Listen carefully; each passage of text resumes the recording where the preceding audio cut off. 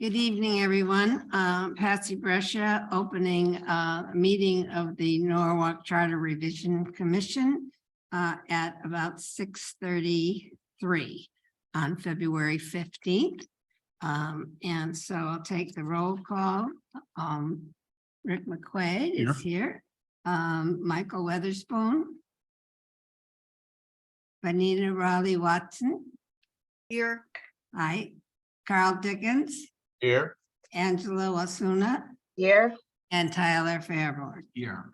Okay, we do have a quorum. First item on our agenda is the minutes of the February 1st meeting.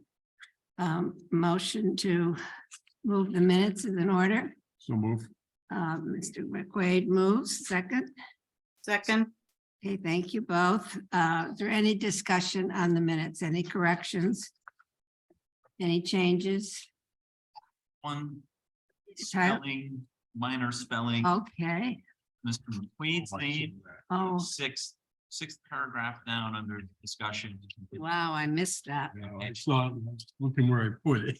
Okay, That was the only thing that I had. Thank you. anyone else? Oh, yeah. Okay, hearing none. All those in favor, moving the minutes as changed. That's correct.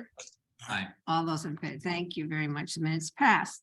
So we have an exciting evening, I think, tonight to hear from a lot of people that can give us some guidance and instructions. So I'll turn it over to our legal counsel, Steve Bendick. Thank you, Madam Chair. Vinny, President DiGilio, Vinny DiGilio is in the attendee area. Can somebody bring him into the meeting? Yep, this is one thing. Jordan, have you Yep. see him there? Just be, yeah, we're moving right now. Okay, thank you. He's good. Good. So thank you. There he is. Okay. Thank you very much, Madam Chair, members of the commission. It's my honor and pleasure to bring in a few folks from around the state to be of assistance to us. And I'll explain, I know them all reasonably well.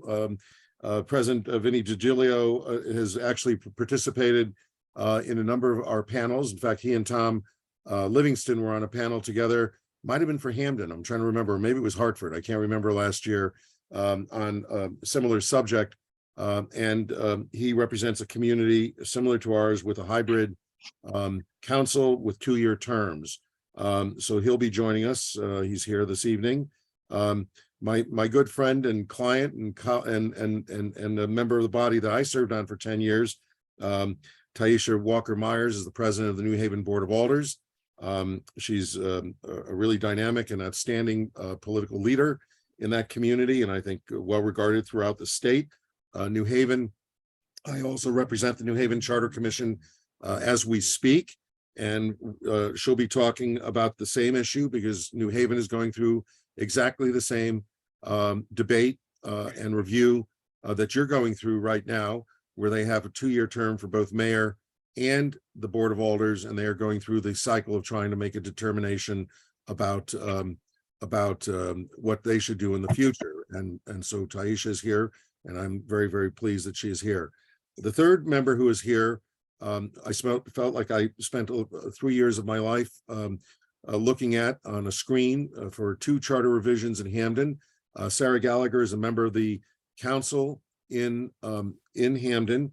Prior to her service on the council, she was a member of a charter revision commission that met its demise before the city council 2 years ago, but then it was resurrected by the new city council that she serves on. She served as the chair of the charter commission in a community like yours, which has a hybrid board that has members that are elected at large and members elected from districts. And they moved to a 4-year, 2-year model where they have 2 years for their council and 4 years for the mayor.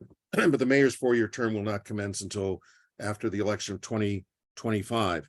So if we may, I will ask each of them to say a few words and mainly be available for question and conversation because as I said, New Haven is going through this debate right now.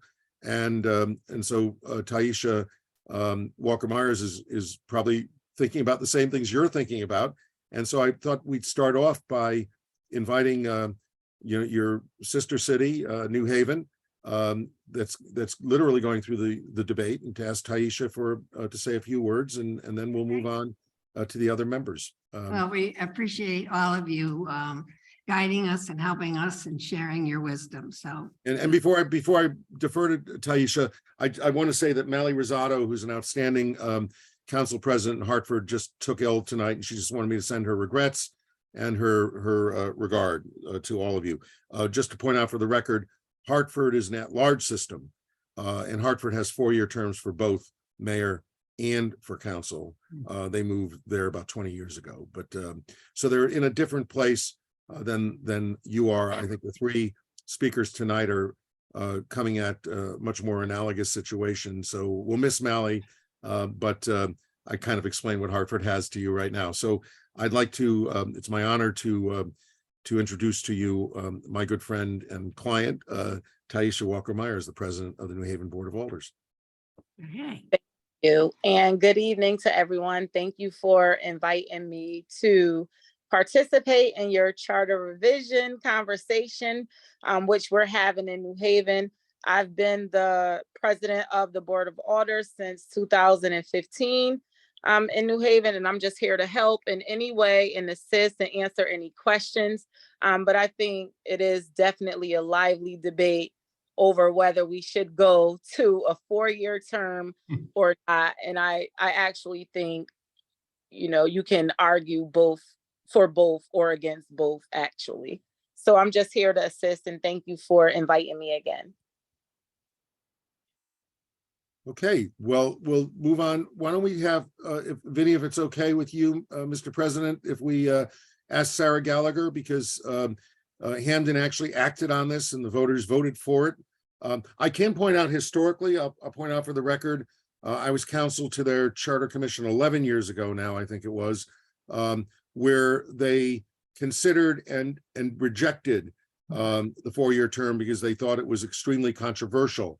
In that decade, between that charter commission and the 2 commissions that we had in the last 2 years, I think there was a real sea change from the point of view that they had a decade ago. So I want to, at this point, ask the council member, Sarah Gallagher, if she has a few words she'd like to say.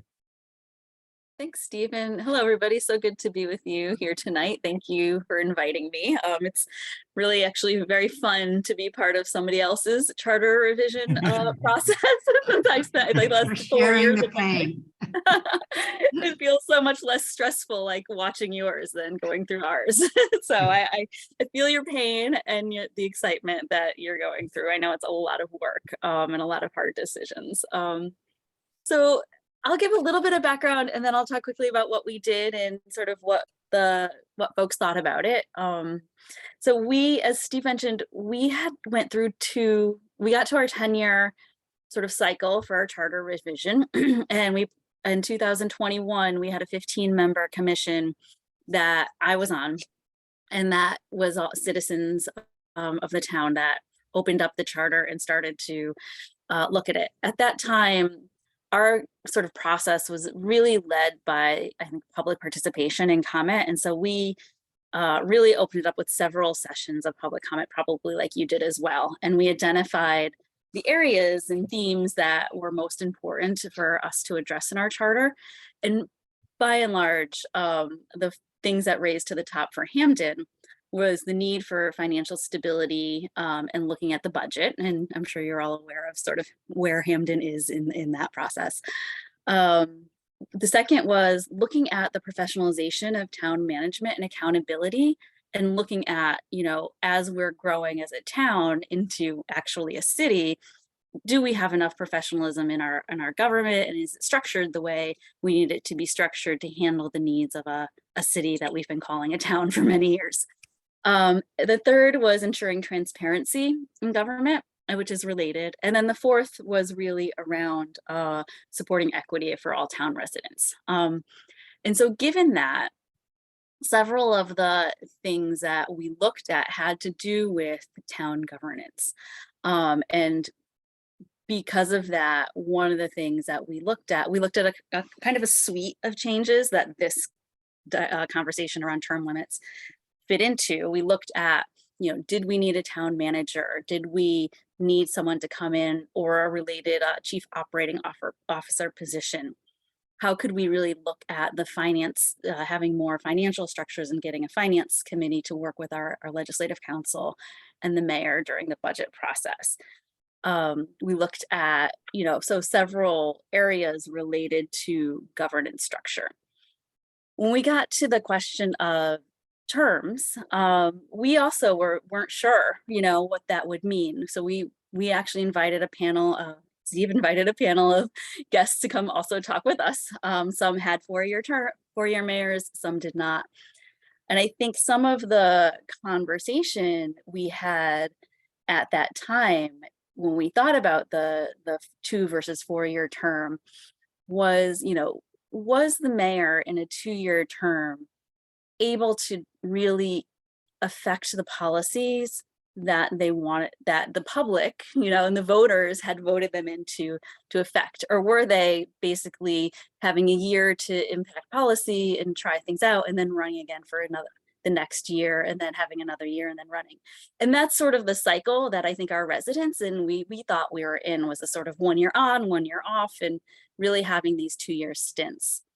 So that was a big concern of, I think, the public. The other thing was that there was concern, we have our Board of Education has a split vote. So, every 2 years, they're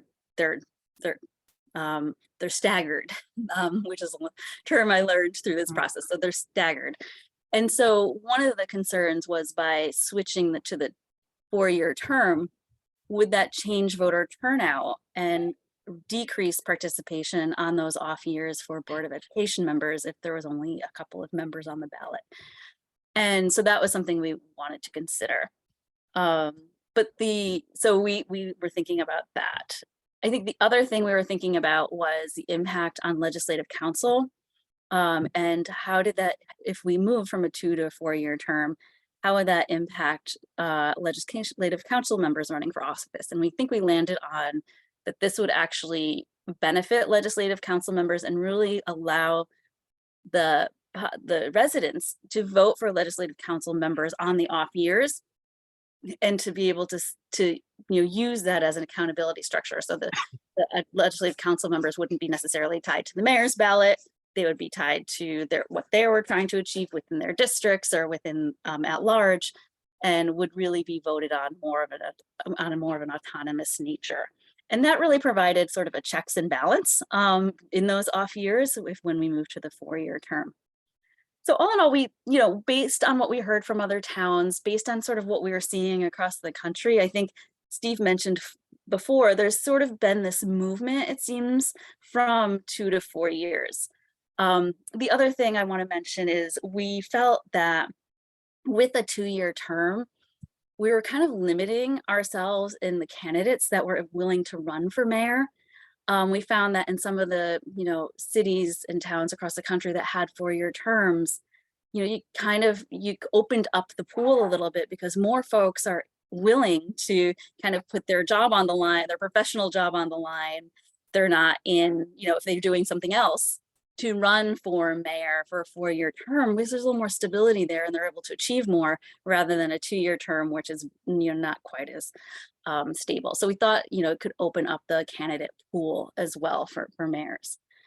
Sorry, I just wanted to go back. That was one of the considerations I didn't mention, so I wanted to go back there. So we thought as well that folks would really resist this, and that it would be very controversial in the town. We heard a little bit of input during deliberations when the Charter Revision Commission was meeting, but most of it was actually for the 4-year term.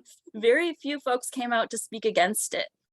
And so both within the first Charter Revision Commission and the second, because this happened during the first and it was retained in the second Charter Revision Commission. So we had very little public comment against it. When we went to when it went to the council for approval, there was some concern on the council that, given the way we are, that the current mayor is new, that they would be grandfathered into another 4-year term. So we pushed it off until 2025, just to kind of have it start fresh. So it won't take effect until the 2025 election. That was the only change that the Legislative Council made. And again, during those deliberations, we didn't push back. We thought about pulling it out as a separate item on the ballot when it went to when the charter went to be a ballot question, but we decided not to, just to keep it all together. Some of us were like, well, is this going to put the whole charter at risk? Is this going to be a hot topic that folks are going to be concerned about? But honestly, we didn't hear a lot of concern about it. This was not the issue that kind of rose to the top. I think folks were ready for it. They understood the value of having a 4-year term. They really thought it was more beneficial than it was concerning. And given that we kept the 2-year terms for the Legislative Council, they really felt there was this checks and balance in place that was able to kind of mitigate any concerns that they have. So it passed without any concerns at all. It's going to go into place.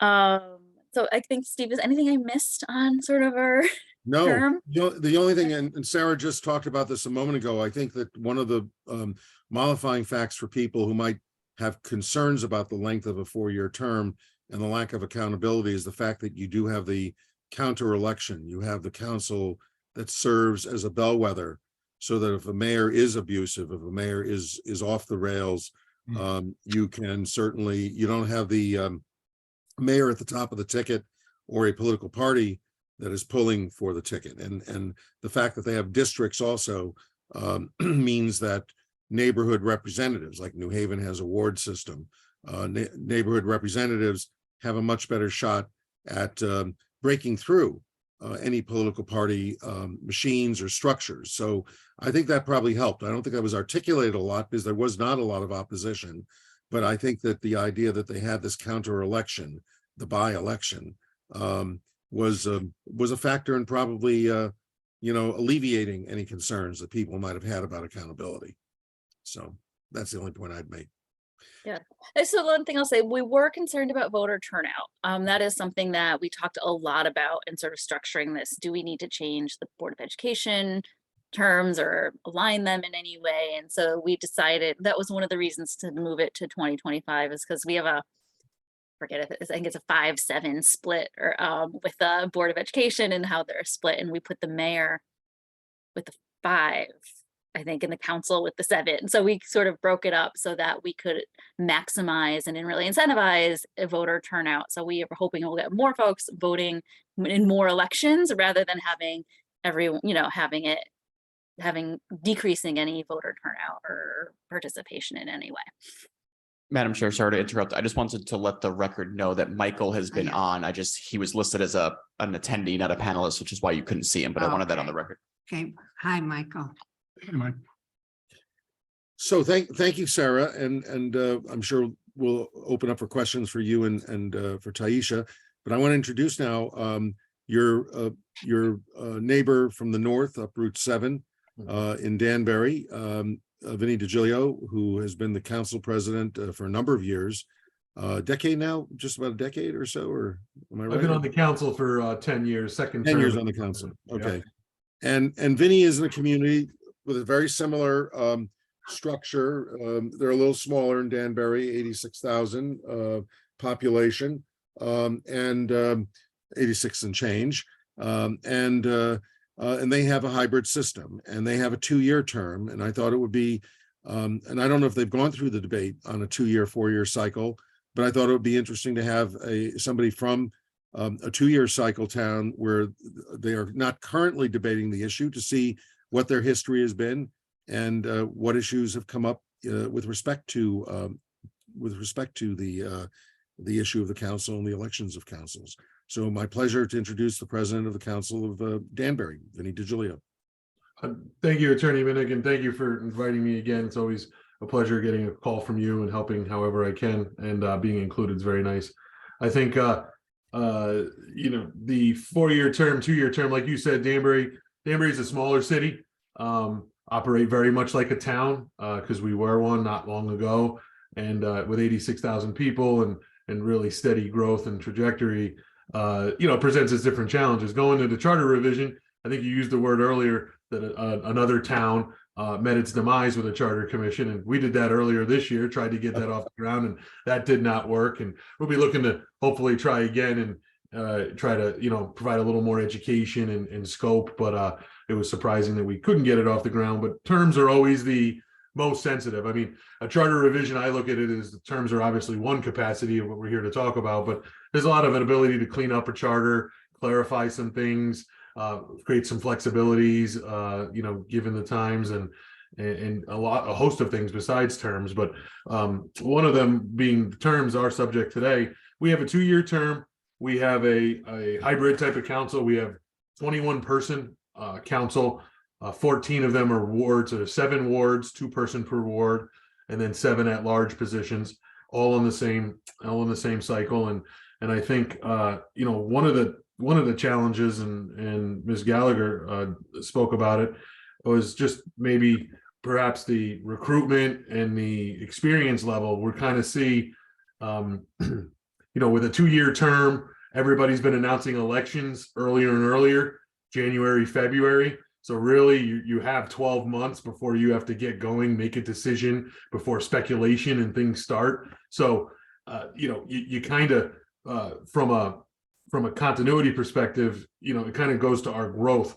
We are a small city, but the projects that we take on and the opportunities that are at hand, they just become more and more complicated over time as you get bigger with different sources of funding, different people involved. So it's hard to do everything in a year or two. Some things take several years to get traction, and you could constantly have a turnover on the council and the mayor's area, and things get put on the shelf and then dusted off, and some missed opportunities. What we kind of see is who wants to be the mayor, and I kind of look at it as you get two ends of the spectrum, 2 extremes.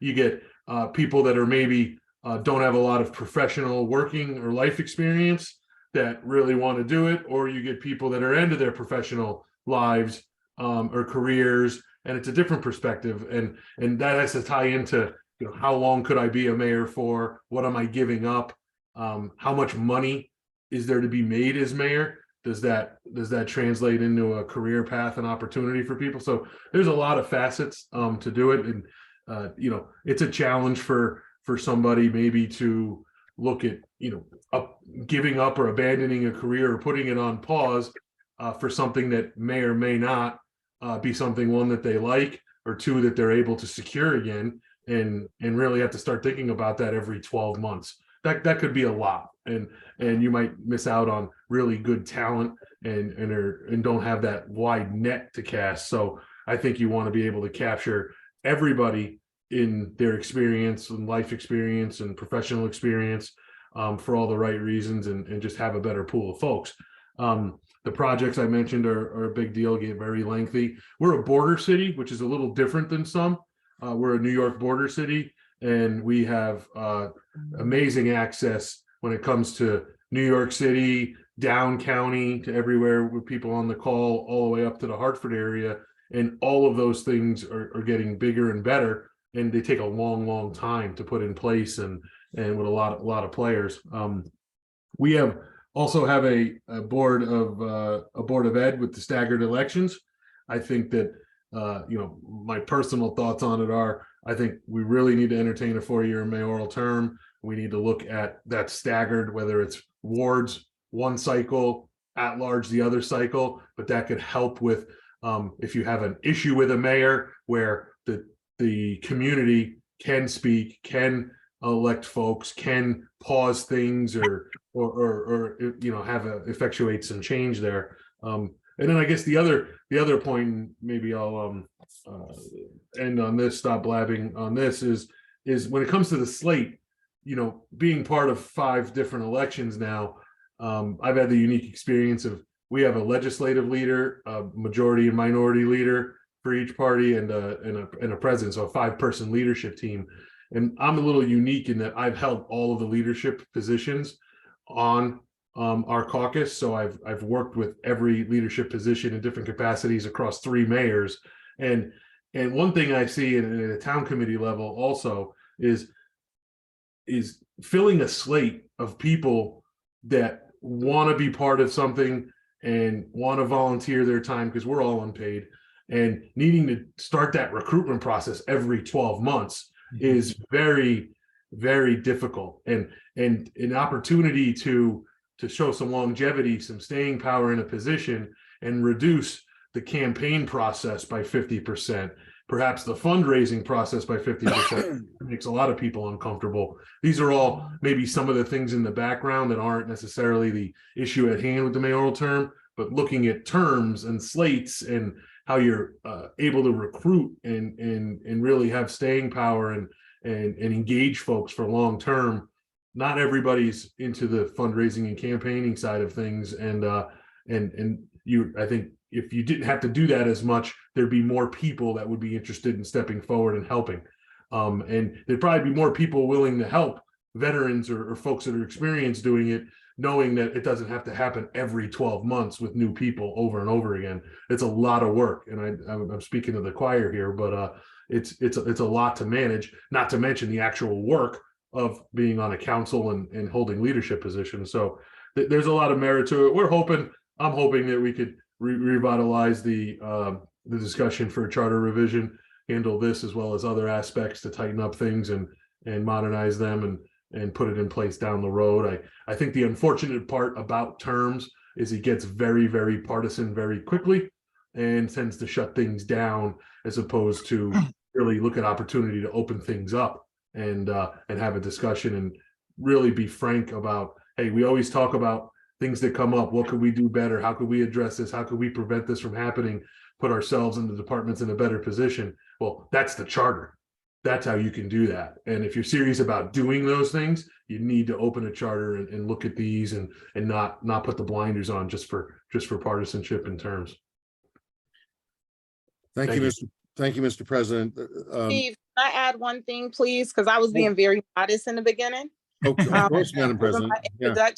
I just want to say that 10 years ago, well, it's probably going on 11 now, we had a very robust charter commission in New Haven where we made tons of changes. We really took the whole entire charter and we made so many changes. So this time around, I think the reason why the 4-year term conversation is one of the ones coming up in precedent is because we did so much the last time.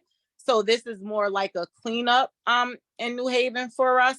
We balanced the power between the mayor and the board of alders, I believe, in the last charter. We made significant changes. So I think this was one of the outliers that we're now having conversations around. But just like in Hampden, so far, we haven't seen a lot of opposition, but we did just start our public hearings and stuff like that. That's all I wanted to add. Thank you. Oh, that's very helpful. Thank you. And she's absolutely right. We did and for the 3 of you, the Norwalk charter process, we are basically rewriting the city charter. It's a very one of the most ambitious charter processes that I've ever been involved in the 30 years I've been doing this. And we got an outstanding, not that I'm sucking up to my commission, but we have an outstanding commission that's taking on a very, very heavy task, just to tell the 3 of you visitors here in Norwalk. Before I open up to questions, Madam Chair, I just want to raise one other quick issue because I think it's important and it's an issue we are looking at as a commission. And I think I know Hampden and New Haven. If I state it incorrectly, I'll ask both of you to correct me. But in New Haven and Hampden, they have fairly similar systems now because we actually aligned the Hampden system to the New Haven system. Taisha Walker is the president of the Board of Alders. She is also the successor to the mayor. If the mayor were to leave office, you're looking at the next mayor of New Haven. And so when you elect a president of a Board of Alders, you're really thinking about, is this somebody that you'd want to see serve in the office of mayor either on a temporary basis or permanent basis? And And we also have a situation in New Haven where the pro tem, the position I held when I was on the Board of Alders, succeeds to the presidency. So you have an automatic succession. So at the beginning of your term, you elect your leadership, and that leadership is stable, and that leadership does have succession, falls into the line of succession, very similar to the model at the federal level and the state level. And so New Haven's had that model for a long time, because I've not been on the board since 1991. And that was our model back in the 1980s and 90s. Hamden now has that model. We ran into a situation in Hamden before Sarah served on the council, where the council president, I won't make any further comments on that, left about 2 weeks before the Charter Commission was taking its final vote and the council was taking its final vote. And we were going to have a big fracas, but there was not an automatic succession to the presidency. And so we ended up not having a president for the remainder of the term because it got caught up in the primary and we just never got around to electing. We had a similar situation where we had a successor serve in the office of mayor. So Hamden fixed their system so that the president succeeds the mayor, the pro tem succeeds the president. So those two models exist now in those towns. In Norwalk right now, people think that the president succeeds the mayor, but the way the charter currently works, the council from its own members selects a replacement mayor by a plurality vote. So you can end up in a splintered situation where you have a plurality. And not from the same party as the mayor. Not from the same party, yeah. And so I want to ask Vinny, what do you have in, how does Danbury work on succession? So it's a good question. The president of the city council would assume the duties of the mayor should something happen. So we, once the mayor's elected in November, we have an organizational meeting. And at that organizational meeting, the council votes on appointing a new president. And once that president's put in place, then if something were to happen to the mayor during the term, the president would be able to step up. I guess if the president was unwilling to, the president would effectively resign, and then the 21-person council would resign from being president, still an elected member of the council. Then the 21-person council would vote on a new president, who would then rush right to that role of assuming the duties of the mayor. So and you actually had a succession when Mark Boughton became tax commissioner. Correct. So when Mark Boughton moved on, President Joe Cavo was in the seat, and he became sworn in as mayor right after that was announced, and he finished it was approximately 1 year of the term, and then Joe actually ran back for council again, which he's elected an at-large position, but chose not to pursue being the mayor. And so we've seen that. So that's how I've served under 3 mayors. One was under those circumstances, and so now it's very real. It hasn't. I don't believe it's happened in a long time. Okay, Madam I Chair, have a I'll yield the question chair on that back point. to you. I'll yield back to you for questions. Yeah. Yeah, on the issue of the secession from the mayor to the president, is that if it's a 2-year term for mayor in your community, would it also be a 2-year term for the leader of your legislative body, or is it a 1-year election? No, it's correct. So when the president is elected as president, it would be for the 2-year term. Okay, okay. And I think that's true both in New Haven and Hamden. Are we Yeah, correct? it is not in Norwalk, which No, is it's- why I wanted to bring that out. Yeah. Okay. So Madam Chair, I'll yield back to you and the members of the commission for any questions of our 3 Sure. distinguished Okay. panelists. Anybody want to raise their hand and jump in first? I have a Oh, couple oh, questions. he's right here. He's Yeah, actually, sorry. said, I'm first. Go ahead, you be first. No, I said you. Just a couple of questions. I am also the town clerk in Norwalk, so my looking ahead to how we do this with the terms has 2 roles, really. I want to see what I'm prepared for down the election road. Now, as far as each of you, what is the salary of your council people? And I'll start. In Danbury, we're volunteer. Zero.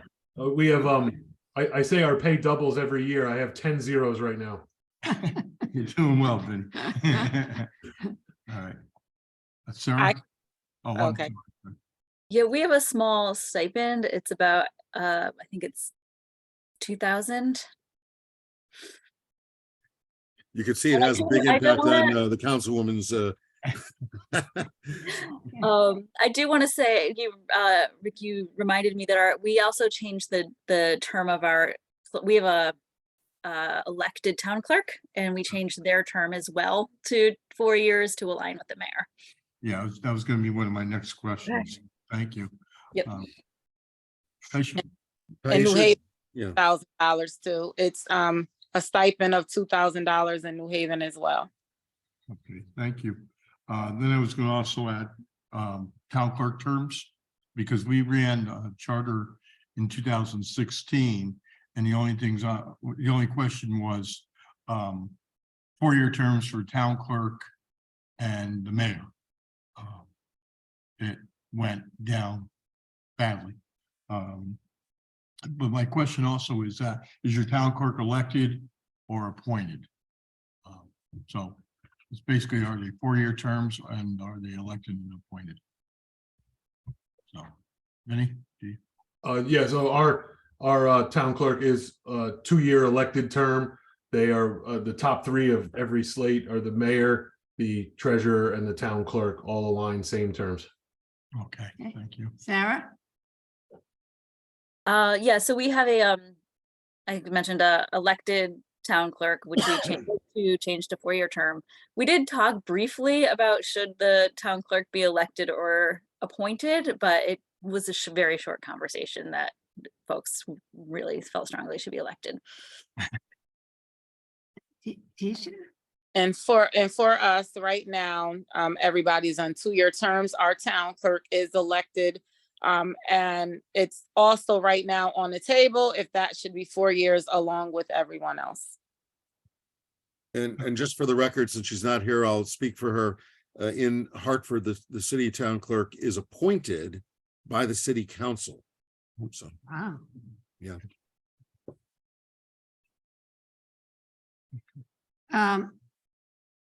There are a couple of points that you sort of touched on a little bit, but we've been, it came up, I think, in a strong way here, is that with a 2-year term that we currently have, it also really affects the ability of our mayor to hire new personnel for departments because they're in place for 2 years.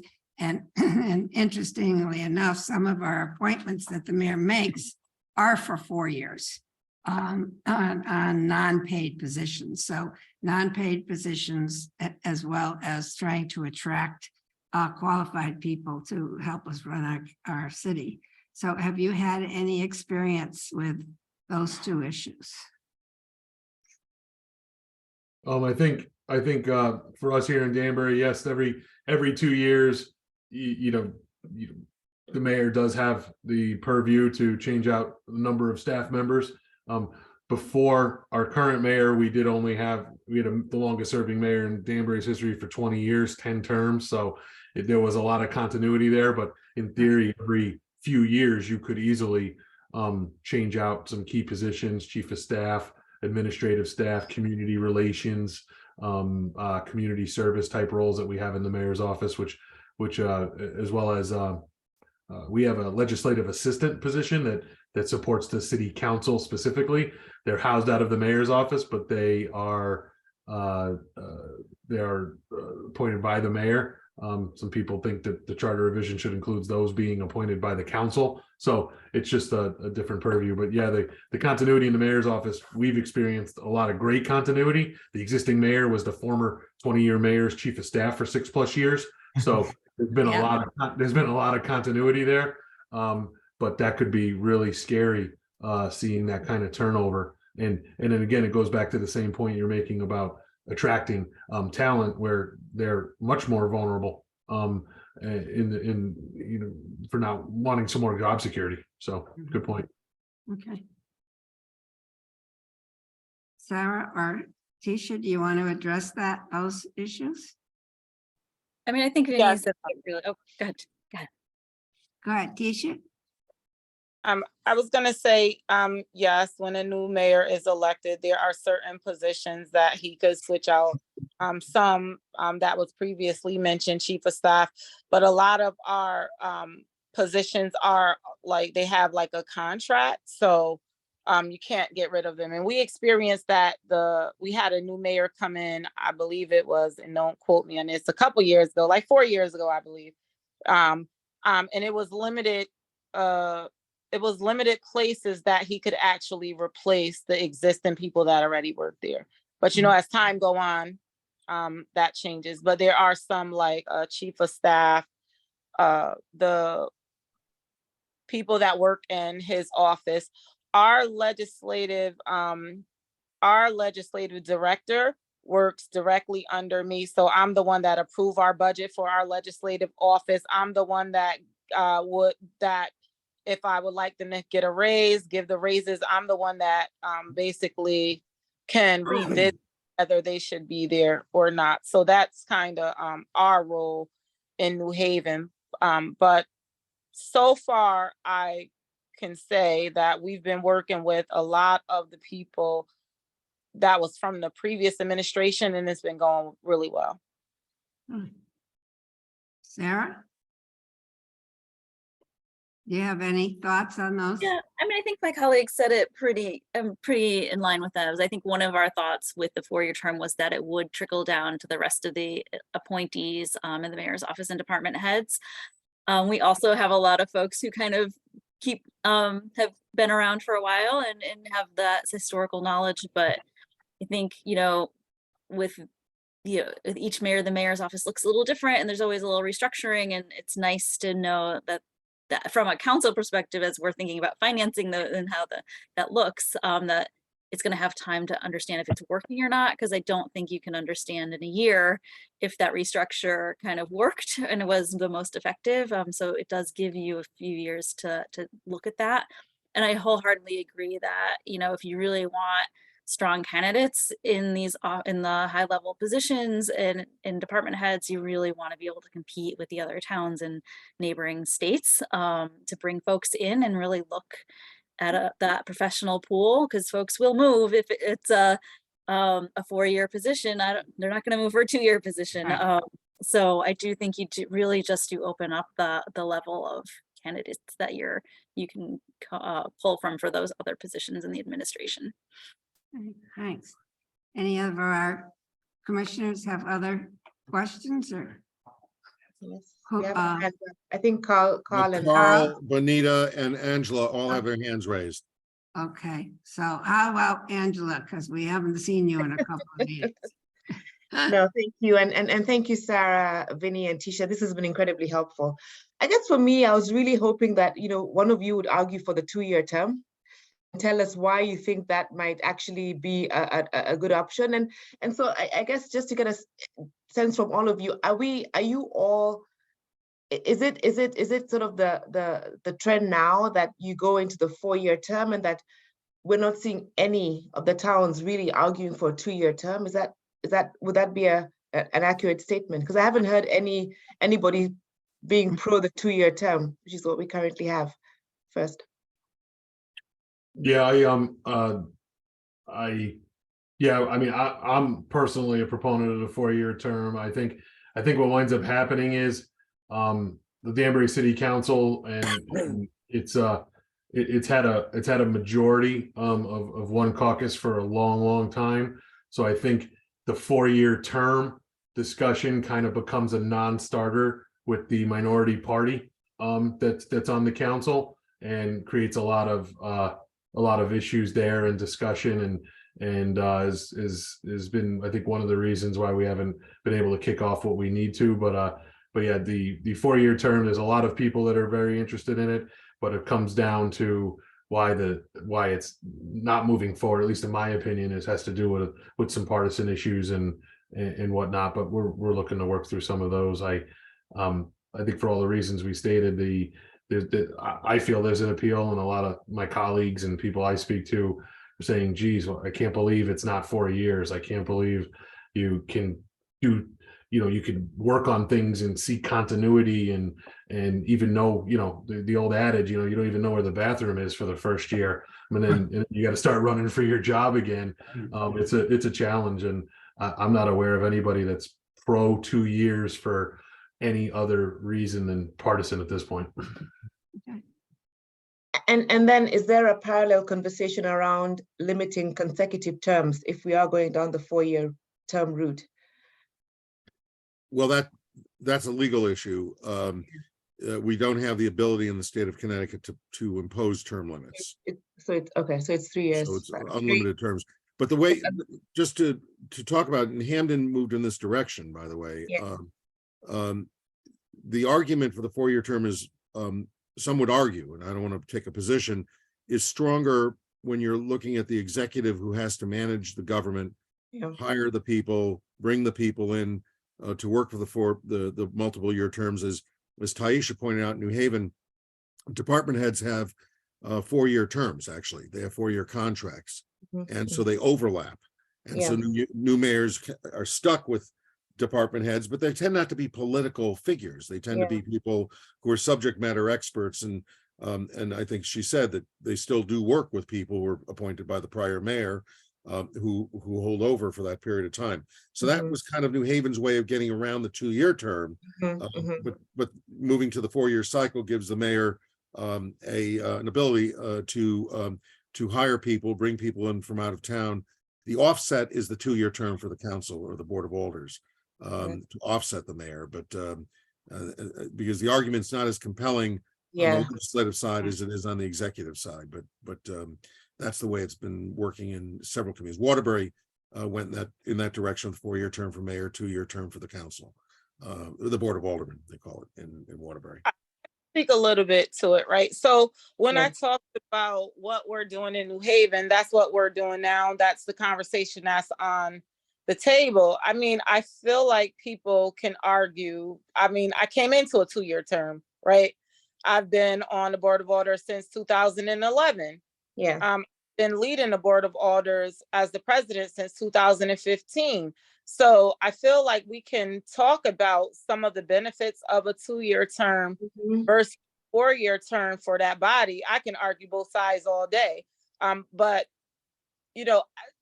I think that the average person would look at the 2-year term as a benefit because you have a mayor that is in for 4 years that, they don't think is doing, the best job. Then they can possibly have the city council, who is the counter to the mayor in New Haven anyway, because even the department heads that come in and their 4 years, we have to approve them, right? So the mayor just put them there.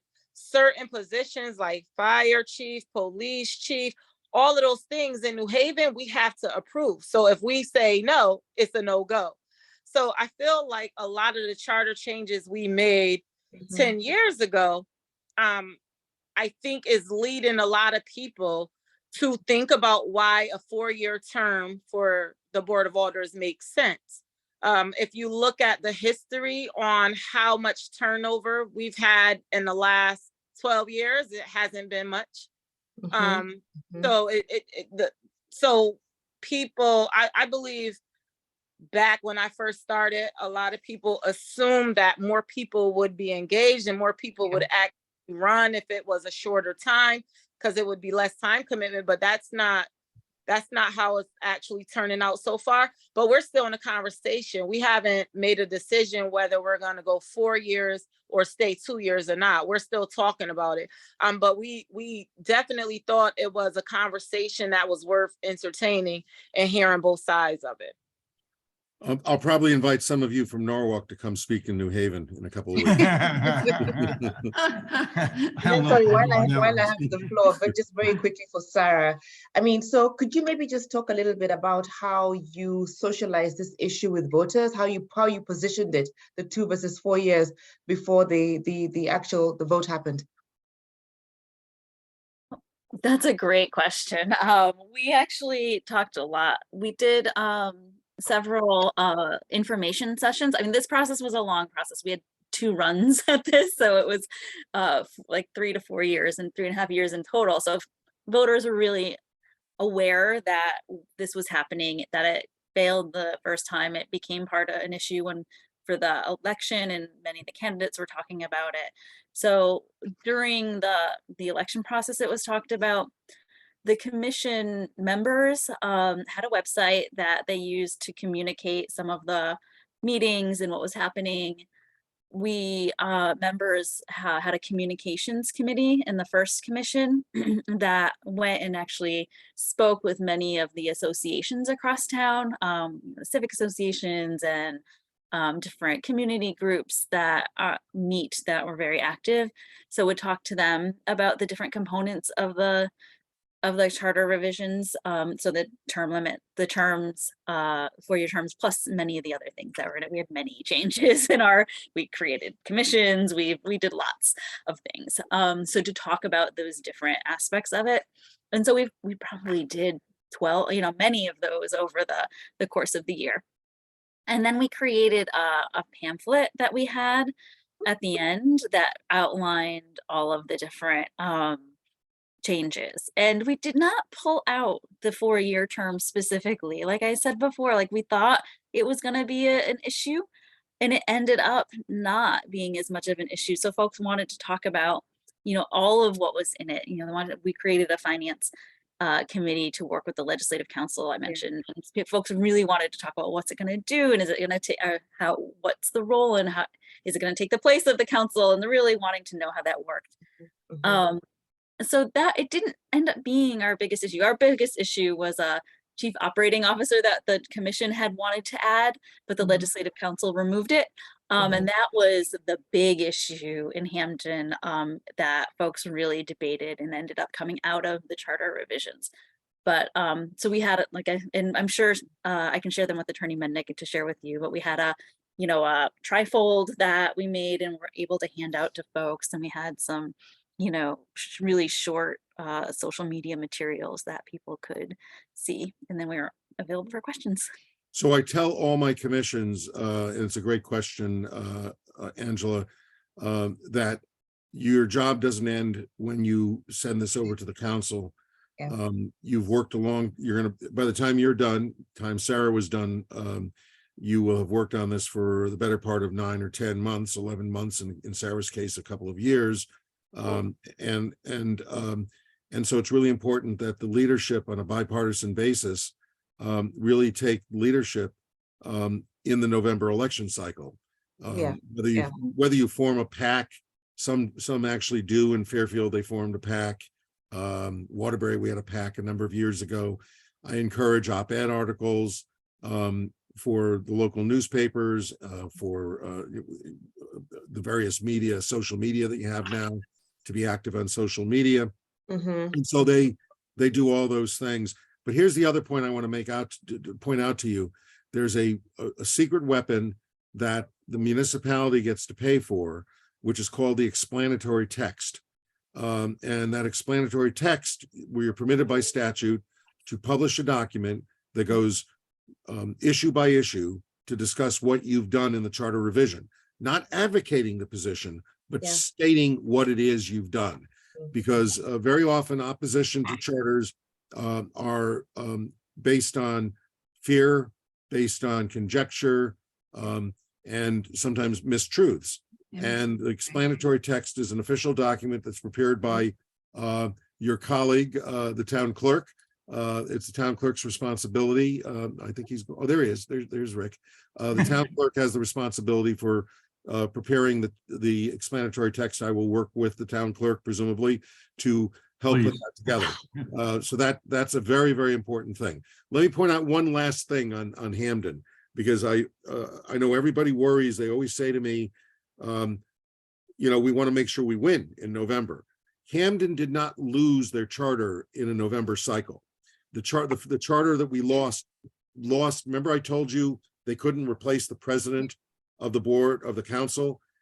It was that same council that killed the charter over God knows what. It doesn't pay to discuss it right now, but it lost in the council. It did not lose to the voters. There were no issues that were raised in that cycle that caused the charter to go under it was really primary season politics, and that Vinny probably can relate to that too. It was really kind of a intrapartisan battle, and that's what cost the charter in the first go around.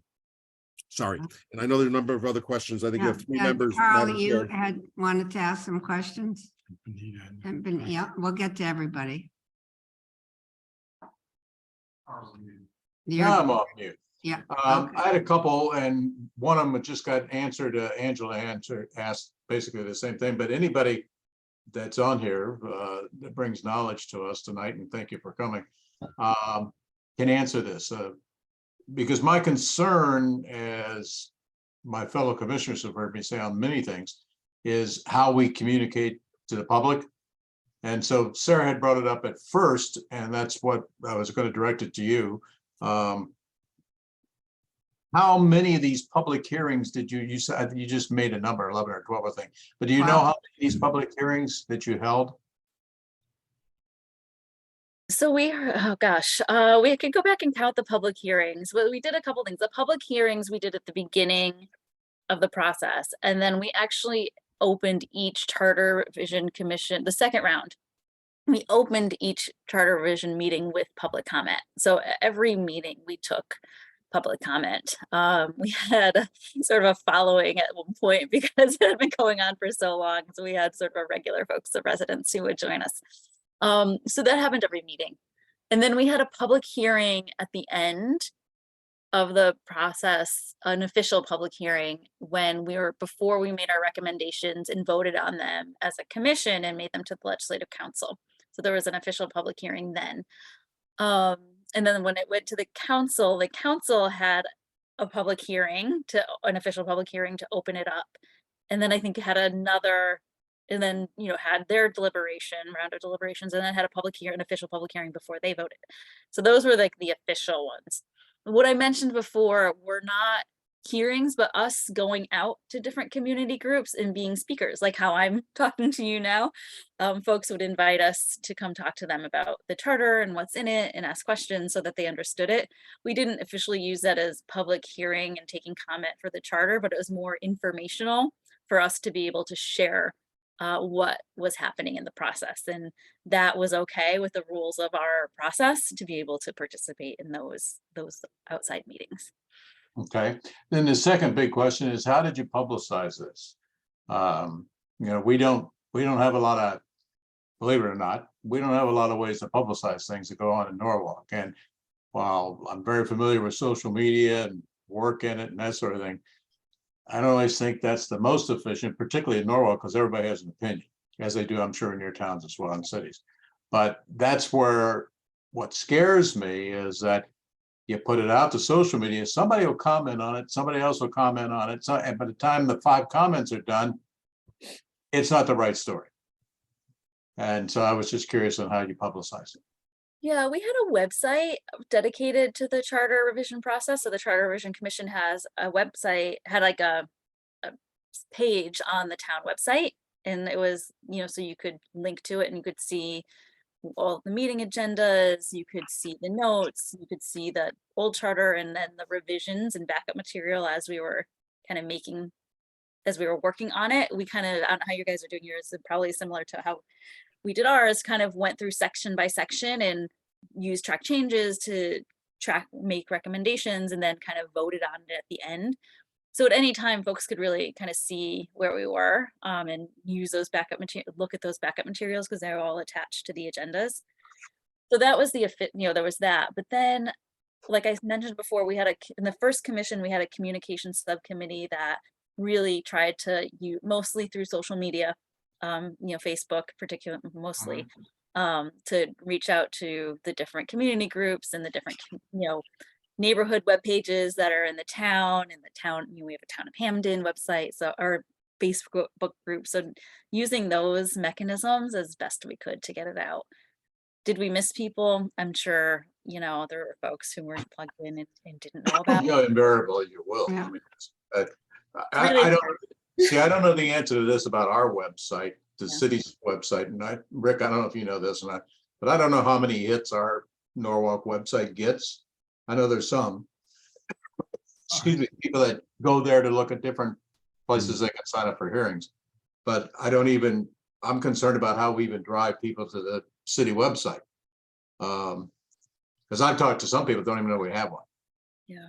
You know, they ask for different things. So I'm just curious about, You know, know, how the we do other it. thing, I mean, some of our local media was interested in it. So the New Haven Register and the New Haven Independent we had reporters who were very interested in following the process, and they would interview folks and do some articles on it. And so I think that was really helpful to have them, have articles in the local papers around what was happening and about the major changes. They talked about the 2-year versus 4-year term.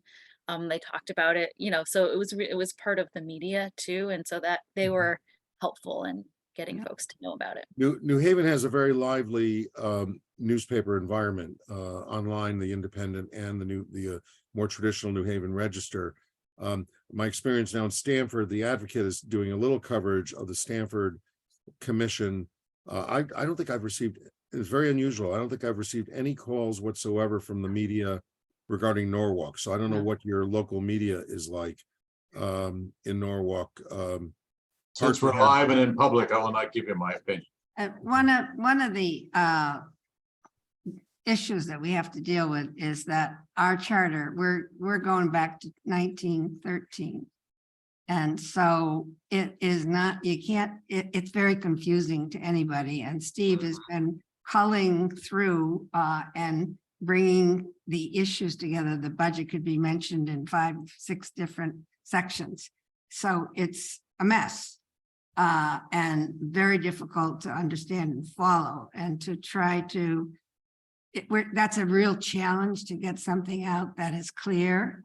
And as you said it, Sarah, it's going to get confused anyway, but ours is so darn confusing to begin with that, yeah. But Commissioner can address that. But I think that is one of making sure that I'm writing in plain English, so we'll have a much better charter. Yeah. So Benita, you wanted to? Well, one of the issues I see though is that people don't even seem to know that there is a charter revision commission. Mm-hmm. I agree. Yes. I really don't think they just don't even know that there is one. It's beyond explaining what we're doing. The fact that we're doing it is not known. I think that's an issue, and I think that's a problem. Okay. I agree. And the question that I was going to ask was asked by Angela. I just basically wanted to know how many public forums did people have, and what types of public forums to reach the public did you pursue? And so that was my question. And I think Go ahead. I'll just say too, like hybrid was our friend actually in this process. We did all of ours during COVID. We started, and so we never met in person through either commission. And because of that, I think we were able to actually reach more people because there were so many Zoom meetings going on. So I don't know if there's things that you can tap into that are virtual that you can just sort of, attend from your home or where you are, that you don't have to go, right? And so that was our friend during our process. Well, we're doing hybrid meetings. Okay. Yeah. Any other Sarah, how do questions, you think the Sarah? participation levels were? Carl? from the public? Just a quick follow-up on what Benita is also saying is that, how did you feel the participation level was by the citizens? I think it was pretty good. I mean, like I said before, we had a core group of 15 to 20 that kind of participated almost every time. But then many others that came and went. I think the hybrid helped because folks were able to join. They could watch the videos afterward, so it allowed itself to broader participation. I don't know what it would have been like without it. I just know, like, now we're doing hybrid now with our legislative council meetings. And so we do we're Zoom and we're in person. And, unless it's a real hot topic issue, not a lot of folks show up in person anymore. It's really, I don't know if you have folks in the room with you now. It looks like you guys are in chambers. But so Zoom has really helped with that participation piece. Tyler, did you have any ideas or? concerns? No, I think, well, I thank the three of you, very much for coming. This has been very helpful for me, to kind of hear how it's worked in action. I was going to ask Sarah in particular, the difference between why it was rejected initially versus accepted the second time around, but I think we've covered that. I was going to ask about outreach. I think we've covered, and I think there's some great ideas there. It's something I wanted to discuss among our group today anyway, and I think we've done a lot of that. The only other question I had was, in my kind of research on 2 versus 4 years, one thing that I've seen mentioned a number of times, and I've previously worked for the city of Bridgeport, which is all Democrats all the time. Norwalk, since I've lived here, has been primarily Democrats in the council and in the mayor's office. And one of the things I read was that by having the 4-year mayor term and 2-year council terms, you might have the opportunity to see greater minority party representation, just as almost like a midterm in Congress thing, right? It's a referendum on the president, it almost always rolls over. It's probably too early, Sarah, to know if that's been the case in Hamden, but I didn't know if any of you had any thoughts on that, and whether you also thought perhaps that could be the case in your situation. Yeah, we don't know yet. It's a great Yeah. question because it's 2025. It hasn't started yet, 2025. But that was something that came up. I think there is, and Steve mentioned this earlier, sort of folks who are more, we've got districts, so folks who are more involved in their districts are seen as district or community leaders, might be more able to get elected in positions in the council because they're in their groups. So it could, we don't know. I don't have here in Hamden, but in our research, sort of that opening up government was something that we saw that seemed appealing. Michael, do you have any questions or ideas you want to throw at us? Yes, I want to know, will our Charter Revision Commission be given a budget so that maybe we could print pamphlets and place ads in the Norwalk Hour to inform the public about charter revision and the suggested changes we want to make? If I may, Madam Chair, Yes, please, Michael, Commissioner, I pointed out a few moments ago, there is the explanatory text is permitted for public expenditure. Spending money in any other way from the public funds would probably violate campaign finance violation laws, but you're permitted to put out this explanatory text. Anything that is an advocacy piece would have to be funded with private money. And so very often, our commissions are bipartisan as a rule, is work very hard with both parties to try to get the leadership of both parties in the community to provide some seed money to allow for advocacy for the position of the charter, particularly if there's a unified position coming out of the commission that really doesn't get involved in any kind of partisan activity. But you need to raise the money privately. You can't use any other taxpayer dollars for advocacy. You can only use it for the legal statutory explanatory text. Okay. Can I just Yeah, add something to what sure. Stephen said? Back when we did the last one, 2016, we did write an explanatory document, and there were 2 groups, one in favor and one not, that had formed and spent money on signs and getting things out. So and I believe that's going to happen again here too. I think it's the same makeup of the council and the mayor as we were in 2016. Okay. Okay. Hey, Carl. So anybody have any last minute questions or comments? I just have my hand up to ask Steve a question, because the thought ran through my mind as you were talking about how to fund this. Is this something that both parties could donate money to fund the public announcements, like the head of the DTC and the RTC, to inform the public that this is even going on? Because I think, it's a very good point. I mean, I talk to a lot of people all the time, as all of you do. They don't know this is going on.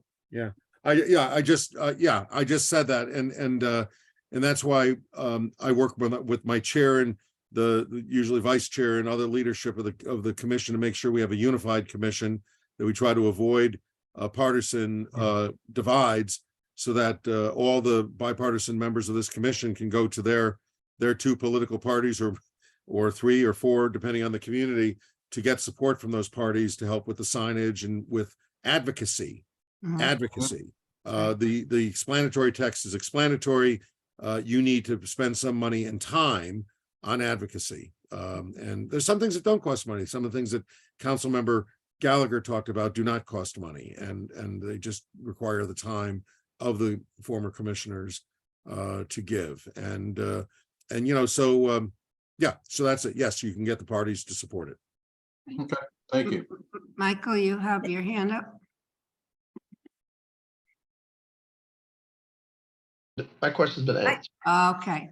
I do have a question though, Patsy, Oh, sure. or Benita? Taisha maybe. When you were doing your charter revision, you said that you didn't even deal with the 2 or 4 year, or you did. I can't remember. 10 years ago. When they you were did, first yeah. doing it a while ago. 10 Was there- years. Yeah, was there a reason why when you were doing the charter revision, you didn't deal with the 2 and 4 year issue? That was in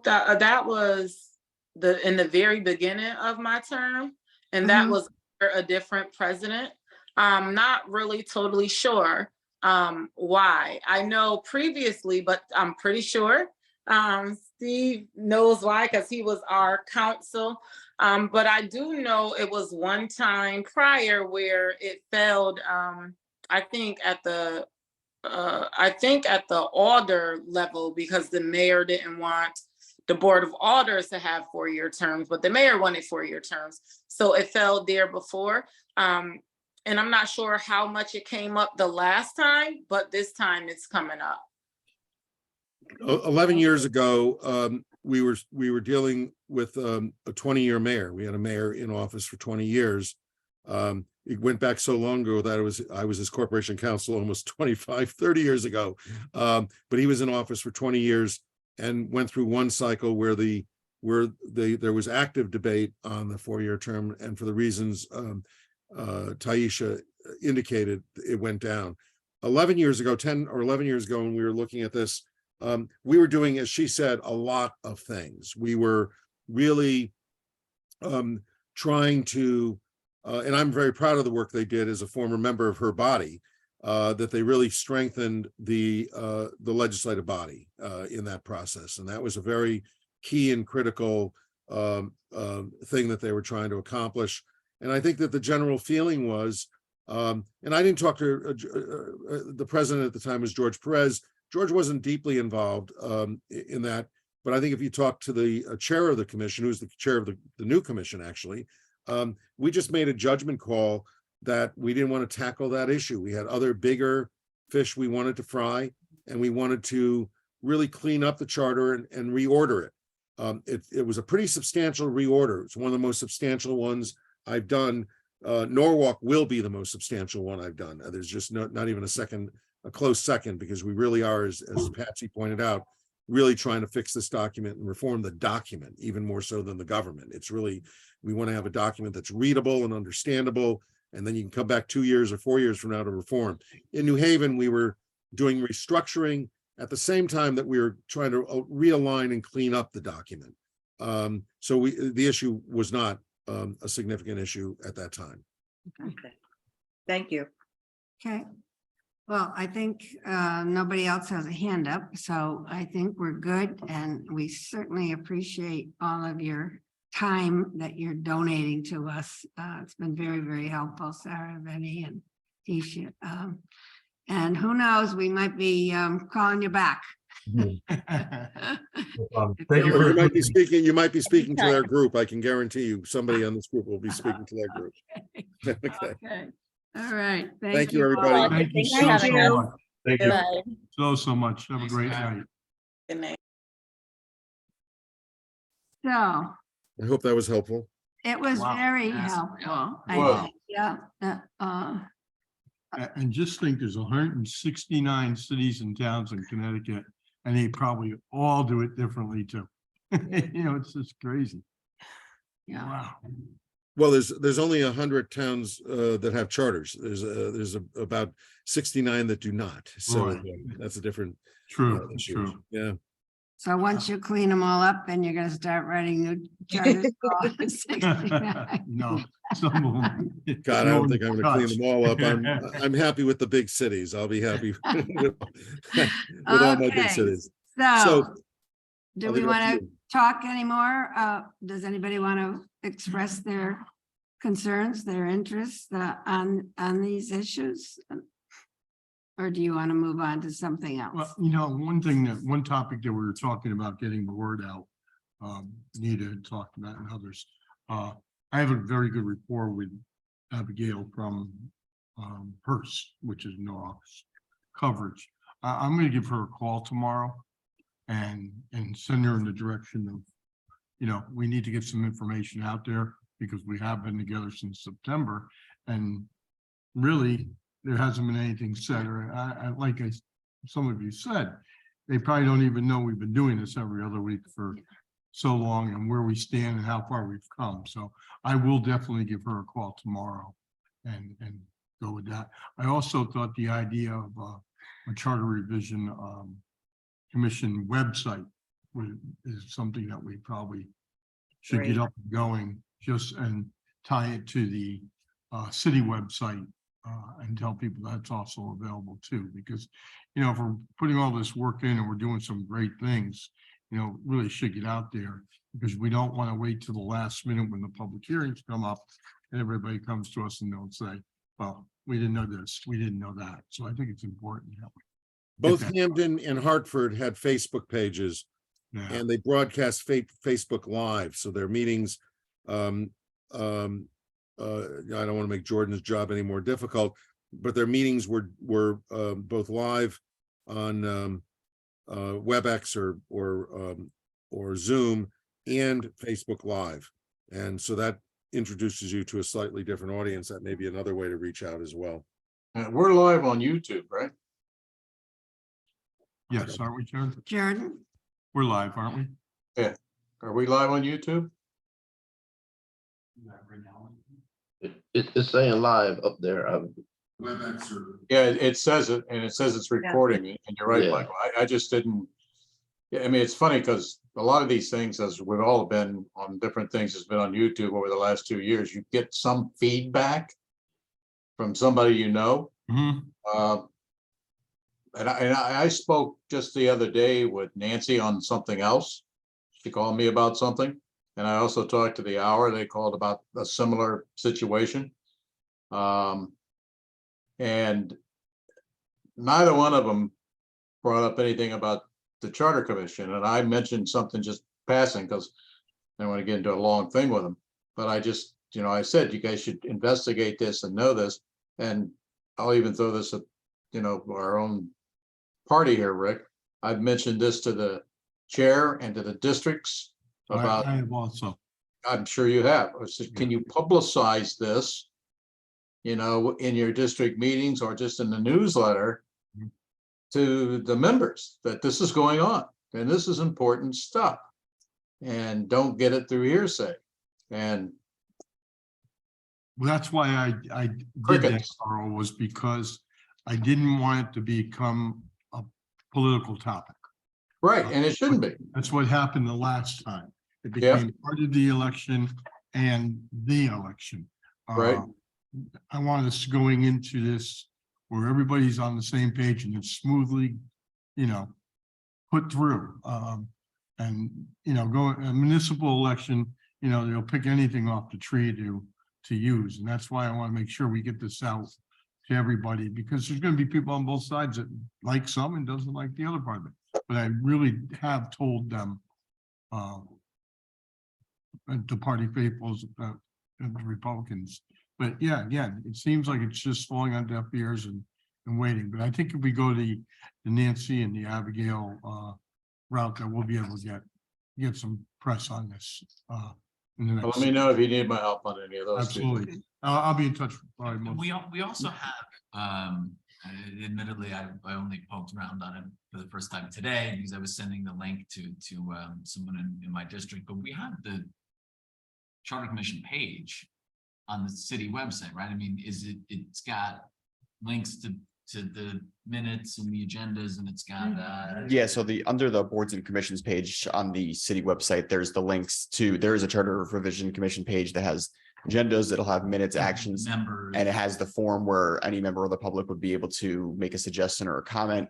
And it's also updated before each meeting with whatever the topics are going to be for the upcoming meeting. But again, I don't know how much traction or how many hits those pages are getting. That's not data that I have. in front of me. But who gets the feedback? That would be coming to me, but there haven't been public comments. Right, received. that's. And yeah, I that's go what on was there. clarifying. It exists already. Right? Yeah, So right. the page is there, and I don't, I'm able to do stuff with like my page in Greenwich, right? I can add widgets to the homepage or whatever it is. So if it's possible, and I can't imagine it'd be that hard, to maybe at least as we get a little closer, maybe like in March or something, have a link to it like right on the homepage, or have a button or something, and then we can drag people there. And I think we're gonna do some kind of, I don't think it'd be terribly hard to do and I think the simpler the better, like a PDF, 1 or 2 pages that has like, here are the things we're looking at and we're changing. You can have that. I mean, it's all there. The page is there. We'll just be adding links to it. So I think we can do that fairly easily. Do we post the agenda on the city's website? Yeah. Yeah. We do. Yeah. Because I know on some other things I've been on, it had to be on it. It had to be there by Tuesday prior to the meeting. So I didn't know if we were doing that or not. My bad that I haven't checked that. Yeah. But And I would think I that think, that basically the Anita? the Yeah. things that we've been changing and the things we've been doing have been pretty not, bipartisan. I mean, Oh, it's, yeah, absolutely. Yeah. I agree. Which is one reason why in my particular political grouping, I haven't mentioned it. I haven't brought it up when we talk because I thought that it needed to stay bipartisan in some respect, but I just don't know how to get out the word that we are functioning and that we're Yeah, that's- providing that's what we're service saying. Right. for everybody. And Right. that's a concern that I have, is how we accomplish this, because I spent the last day or so rereading all of the sections with all of the changes and just trying to follow it. And it's overwhelming, to try to grasp it all. And how we can do it clearly, present it in a clear manner. Because right now, it's muddled. The information for me is muddled. I have to go back and recheck something because the charter itself is so messed up. Trying to bring it into a cohesive document is, as you just said, Steve, is an enormous challenge. And so how can we make a clear presentation to everybody so they understand? Well, what we can do is we start approving sections. I mean, my hope is that by our next meeting, I passed out the most recent. I don't want to jump to the next item because I also want to see whether you have any further thinking about giving me direction on the terms, on the succession and those types of issues. But just jumping briefly to Article 10, we're still waiting for the CFO's final comments on the budget, but we should be in pretty good shape. My hope would be, and I don't want to direct what you do, but it would be nice to adopt something. Even, and so even though we may make changes again before May, if you get Article 10 adopted at the next meeting, one of the things I may do for you is to do a little summary. Now, we're not changing a lot. Yeah. So the summary will be of what it is we have. And that's kind of I try to explain to people, we are restructuring the document, not restructuring the government in this charter revision. Right. And so I think that as I give you sections, as you get ready to vote, maybe I can do a summary sheet saying, here are the 10 things that are done in this chapter. That would be good. And I'm working very hard, and I kibitz with Commissioner Ozuna, really want to make this readable. And so the thing I hope that you hold me to is that I'm trying to get all the legalese as much as I can out of the document.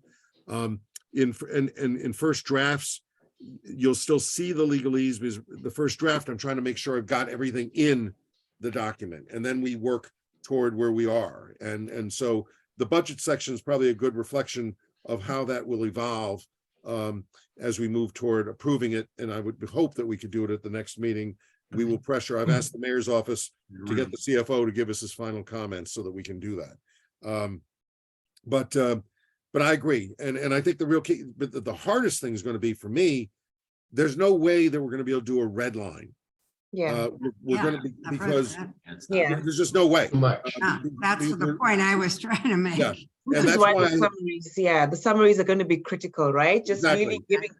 giving folks a good sense of what's in the document. We can't change it all. Yeah. And Um, because that's why I put the annotations on the pages, so Yeah, that people yeah. can see. If somebody wants to go back and look at the current monstrosity and see how we moved and changed it, that they can do that. There's a puzzle, they can do that. But we're not going to be able to do a red line. There's just no way. So I think that we're really going to have good summaries of the documents to say, here's what's in them. We haven't changed the structure of government. We've tried to give you a document that you can read. Yes, That is more readable.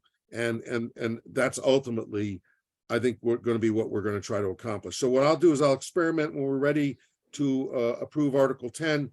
I'll prepare a summary of Article 10 so that we can do that.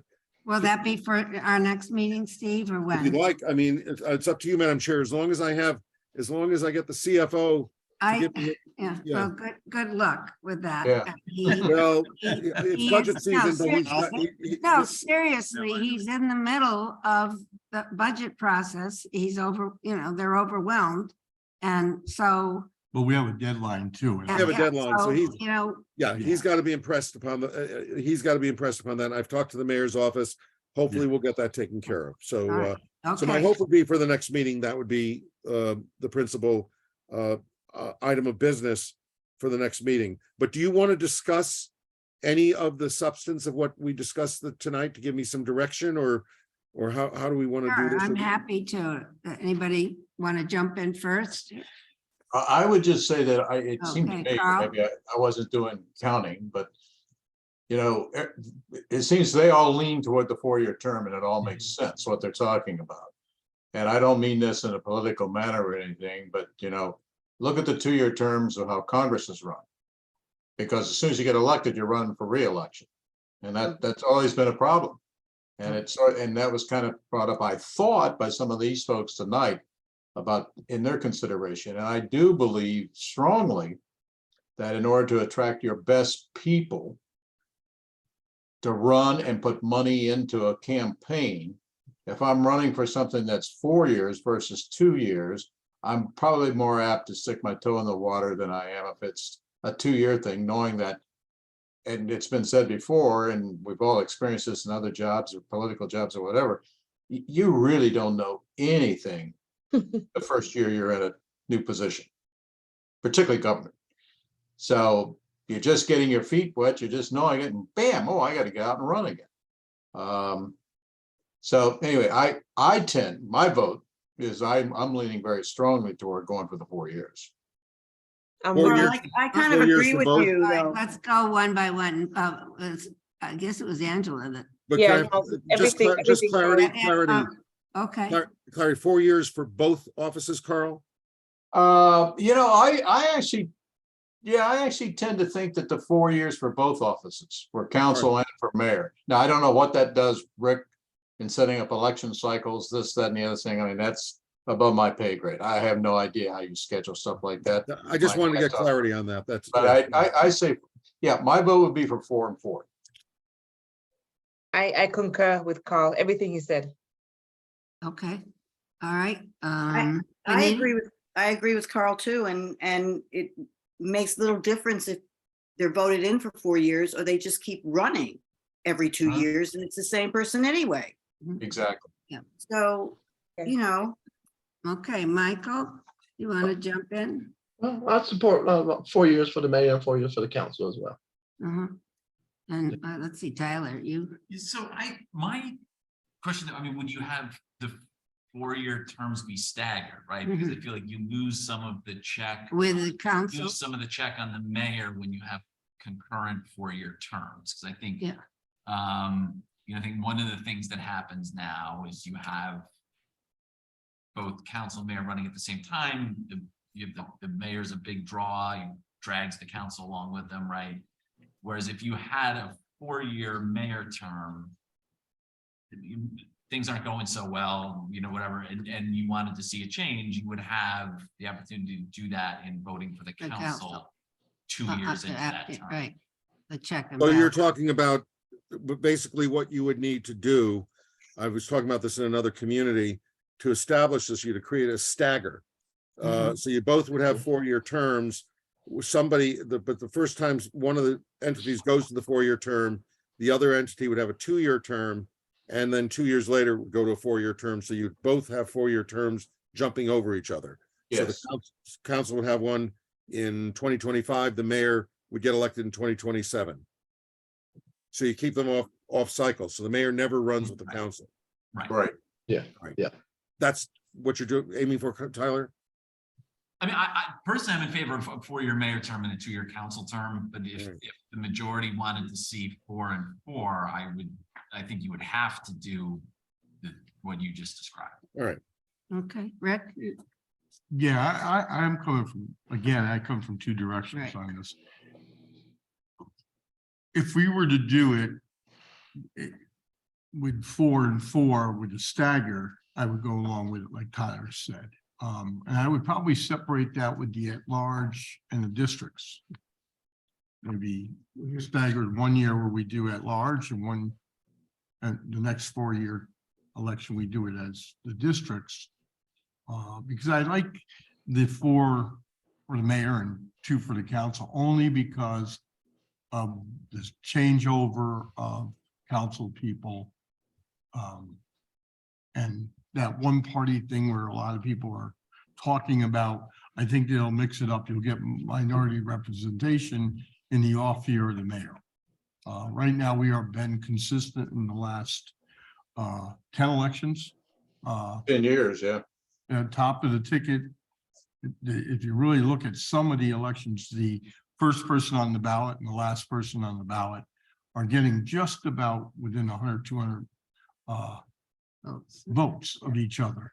If you had a staggered one, I don't think the top of that ticket would be the same number at the end. I'm just looking at it from an election point and from my own personal point as an elector. So to understand it or try to explain it a little bit, when you stagger the two, you're going to create 2 classes of council. The group that runs with the mayor, remember, if you're going to stagger, you're both going to have the 4-year terms. If you put one group with the mayor, that will be in effect a mayor's ticket of council members that will come in every 4 years. And then you'll have the non-mayoral ticket of council members that come in the other cycle. So you have to recognize that you will have mayoral influence in the cycle the council members run with the mayor. So if we put those, if we put the at-large with those, you'll have 5. And if you do the council in the off election, you would have the other 10. Yeah, so you'll be electing, if you put the at-large with the mayor, you basically have a citywide class of elected officials. And then in the other cycle, you'd have your district cycle, if you split it. All right. I just want to explain because it will be an interesting balance within the body of the council. But I think you will get that minority representation. Opportunity. Not representation. No, but. I can't guarantee that. I've argued this for 40 years, so I agree that if I argued with my Republican friends in New Haven that if the alders kept a 2-year term, you'd have an opportunity to elect more Republicans when the mayor's not at the top of the ticket, because the mayor's a big pull.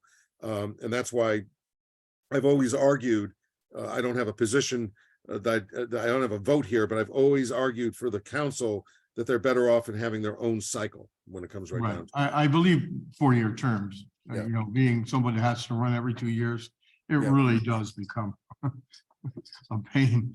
You get going and you have a project going, you have to stop, run again, start your project up again. So it does get kind of crazy that way. Yeah, I personally, I'm strongly in favor of 4-year term for mayor And I'm looking at it less than from the ability to attract people to run, rather than looking at from the point of view of running the city.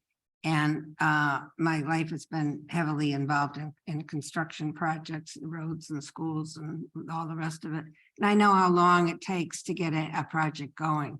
So I think in this day and age and in the way construction goes and developments within our city, and Norwalk is experiencing an unusual growth within the state, that I'm very comfortable with a 4-year. For mayor, I have not made a decision on the council. My gut is to stay with the 2, but I'm open for further thought on it. If that's Well, helpful. that's very helpful for me. I appreciate it. How about the issue of succession? Do you have any thoughts right now? As I told you, even though everybody kind of thinks the president succeeds. Yeah, I read that section again before I came tonight, and I find it messy. It just Yeah. it is, it's not, Good word for it. it's not clear. And, you know, I had been president of the council many years ago, and it wasn't just a 1-year thing. Now it seems to be, you know, they rotate. They came to an agreement somewhere along the way, and they're up for 1 year. And, you know, in running this city, we need, I think, more stability if for any reason we lost our mayor.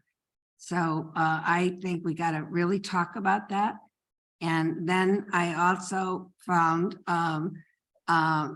how somebody's going to be replaced, and it comes from the parties if the person, whoever vacates a position, comes from the same party. There's nothing in the charter that says how that process is done, other than the council the council votes. Well, where does this name come from? I mean, what? So in some sections it says it comes from the party, and then in other sections it doesn't. So I think we need to really look at that. Yes. I've been told, because I raised questions about having your political parties in your charter. And it's somebody said, there. well, we which I have a problem with. On the other hand, the statutes for registrar of voters says the same Yeah. thing. You have the political parties make the Right. choice of the replacement. And I Right. was blown away when I looked at that section of the statutes. Kind of undermined my argument of taking the political parties out of it. Oh, I was- yeah, I mean, we yeah. have it both ways. And we've had to do that. That's why. We should have a consistent standard. Right. Yes. It's one thing to say that the replacement should be a member of the same party that is leaving. The real question is, do you want the political parties making that specific choice No. to be ratified by the council, or do you want the council to make that choice? And they can, if it's a Republican seat, they can go to the Republican Town Committee and ask for their thoughts on it. But ultimately, it's a council decision. So you guys need to think about that. Yeah, Yeah. that one we need to have a little more discussion. Can we work on that whole section next time to sort of Absolutely. clean up? Yeah, so if we, we'll jump around between section 6 and 7, because section 7 will address that. Okay, That I am doing an update of chapters, articles 1 through 3, 9, 11, and 12. Mhm. It sounds like a lot, and it kind of is. At the early part, 1 through 3 are all the definitions, elections, all that stuff. I have now vetted the issues with the mayor's office, with council leadership, and I just got comments back from the deputy corporation counsel. So my hope would be for your next meeting to have a second round of that document Mhm. with all the updates from those people. And I will try to do my first refinement of the document. So right now, there's a lot of things that you will see that I've asked to have come out of the charter. You will also see I think it's chapter 12. Chapter 12 is the receiver for everything that has to go into the taxing districts. Remember, I told you, we're not changing anything with the taxing districts, but I am taking every reference to the taxing district that exists in the earlier portions of the charter and just putting it in the taxing district section so that you don't have to look to the charter to find out what the taxing districts do. You look at the taxing district, well, it's in the charter, but in their own chapter, you will see everything that they do. So, so I'm going through that process as well. So I wanted to explain that is moving along really nicely.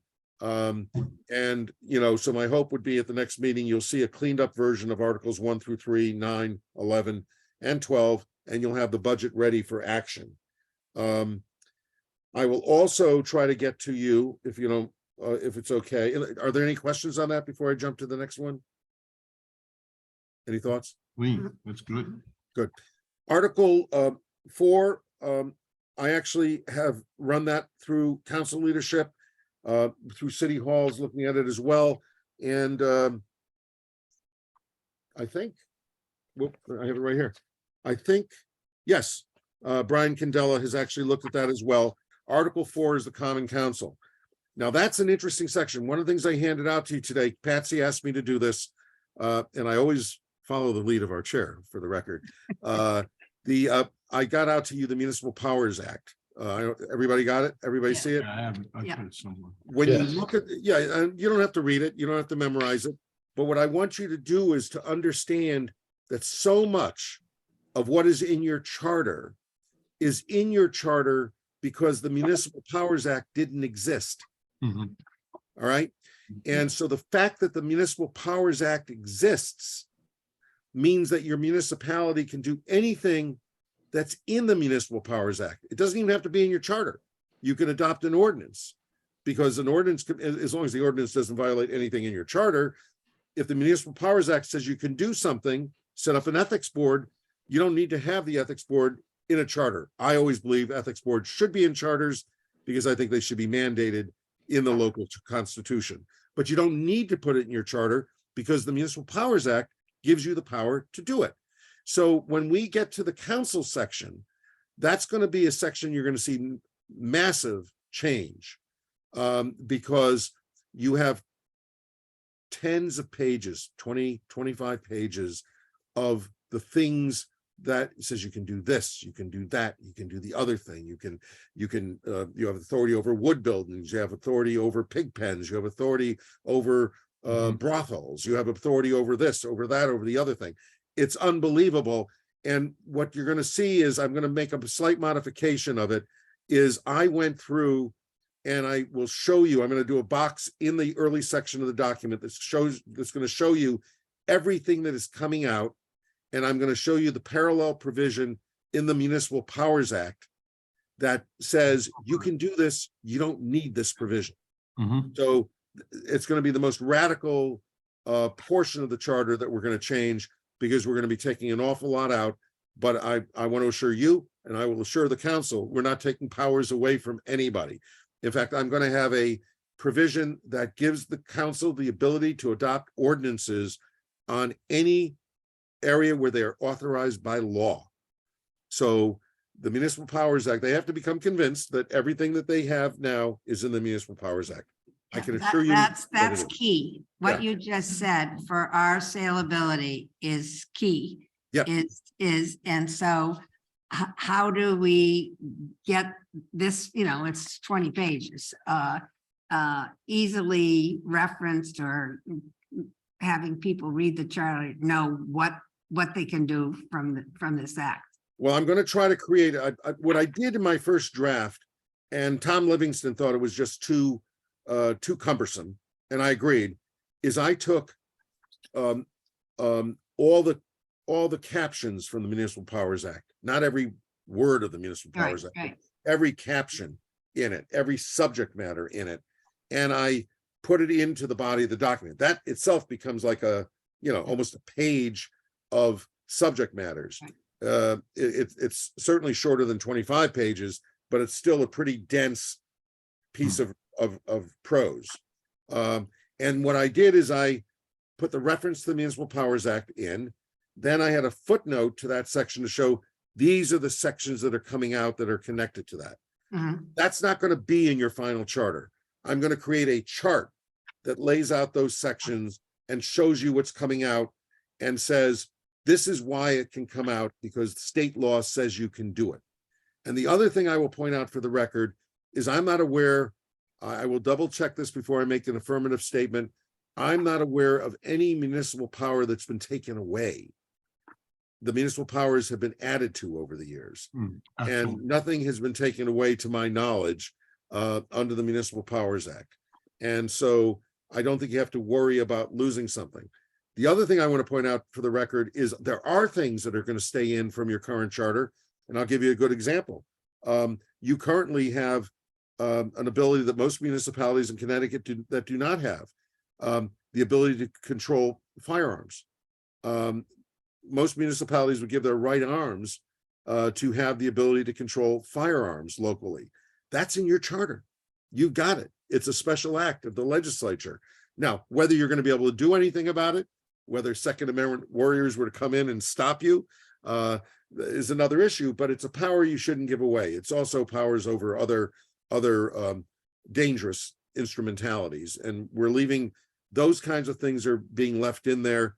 And I've asked the I've asked the Corp Council to look at it because I don't know day to day what provisions of the charter the Corp Council's office has worked with, and if any.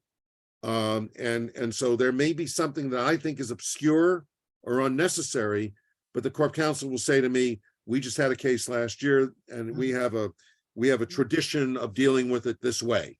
Then it's going to stay in. And that's the exercise I'm going through right now. So my hope would be by the next meeting to not have this for full discussion, but to have it in your hands so you can begin to see where the legislative and the mayor, I'm also going to have the mayor section done as well, which is chapter 5. And so that's a lot of the charter, guys. And just to give you a preview of coming attractions, I had a long meeting with the mayor's office yesterday to go through all the boards and commissions that are in the current charter and all the departments that are in the current charter. I have the organizational list of all the boards and commissions and departments. So next week, once I finish the mayor's section, I'm going to start grappling with boards and commissions and departments. Those are the last 2 areas that I haven't touched yet. Everything else in the charter, believe it or not, I know you're worried, and I'm worried. We're all worried. Yeah, I'm worried. Everything else has been touched. I want to just give you an assurance because it's a huge enterprise. I've never done this. Bridgeport 11 years ago was pretty close, but I've never done this before, and we're going to get it done. I assure you we're going to get it done. But I now have the backup information from the administration just on structure, not their position on anything, but on the structure, what's in the government. Like, for example, welfare doesn't exist anymore. Well, that's coming out, so we're not, but you'll see that hopefully in about 3 weeks, hopefully by mid-March, you'll have at least one, if not both of those big sections. And my hope would be to have all of the initial drafting done by mid-March. Again, to live up to the WASUNA standard, we're going to have to do a lot more work. Sorry, Commissioner. We're going to have to do a lot more work during the month of March and April and early May to clean it up finally. And that may even continue as it goes to the council. Because one of the things I want to tell you is I'm sure that it'll come back to you one more time. I continue to clean up and draft all throughout the process to make sure that by the time this thing gets out in July or August, we've got the best charter we can possibly have. So that's where we are on all the stuff we're working on. Thank Question for for you, your Steve, work. real quick on the list of charters and commissions that you have. Are they all appointed? The list of, Yeah, the members, because I don't know what the entire list is. And in fact, if you could share that, that would be great. boards and commissions? Yes, sir. Yeah, I'll get that over to you. I'll be happy to. It's on the website. On the website though, Carl. Yeah, Um, but A lot of vacancies. yes. Oh, And are they all appointed members of those commissions? There's nobody. Most of them are elected, right? appointed and approved by the council. if I'm not Yeah, mistaken. all, Yeah. all Is that right, Rick? All of them yeah, are? all appointed. Yeah, we don't have any other boards or commissions elected.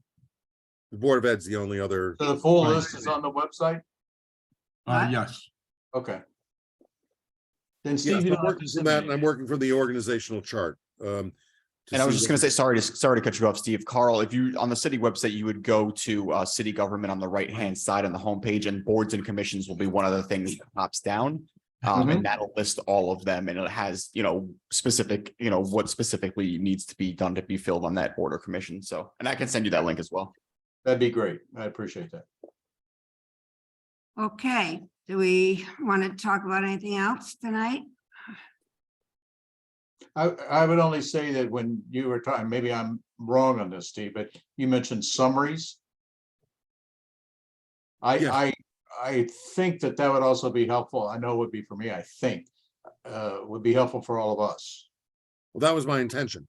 Yeah, So, but then, that was my intention. My intent for the budget. We'll experiment with the budget, and you'll tell me whether I've hit the nail on the head or hit my finger with the hammer. But we'll figure that out.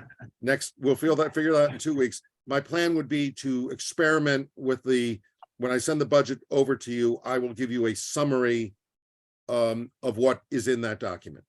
okay, because that would also help us when we engage, those we engage and talk about this, to talk about stuff.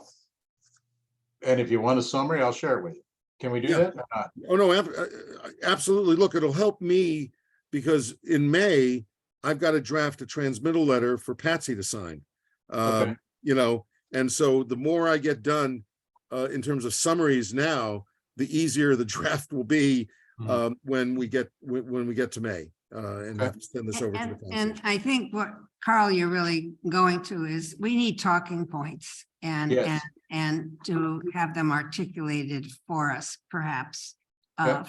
And so that as we start to get any response from the media or any other organization, that we can be clearer because it is it was articulated tonight, well, that we're restructuring the document, not the government. I mean, that's very clear, and it's powerful and important to Yep. convey that kind of concept.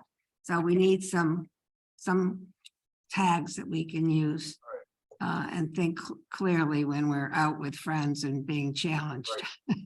And And so to clearly keep talking about that this is a nonpartisan, we all may be members of parties, but it's a nonpartisan endeavor. Because Right. I still get hit between the eyes all the time. This is Harry's commission. Who's Harry? I have no idea. Potter, Harry Potter? We thought it was Jordan. My father-in-law was named Harry. He was a wonderful man. So, I'm so sure he yeah, was. so my challenge is I will draft, I'm gonna try to make it as smart and pithy as I can. But here's what I want to remind every one of you. I'm gonna give you a draft. You're gonna have the document. I ask all of you to look at it to make sure that it's explainable. You know your community better than I do. And so ultimately, you're gonna have to convert this into your language, the 7 of you, and into your language so that you can explain it. And I want to be very careful about not being too deeply into legalese. It's one of the reasons I write music and lyrics, so I can humanize myself once in a while and get away from the legalese.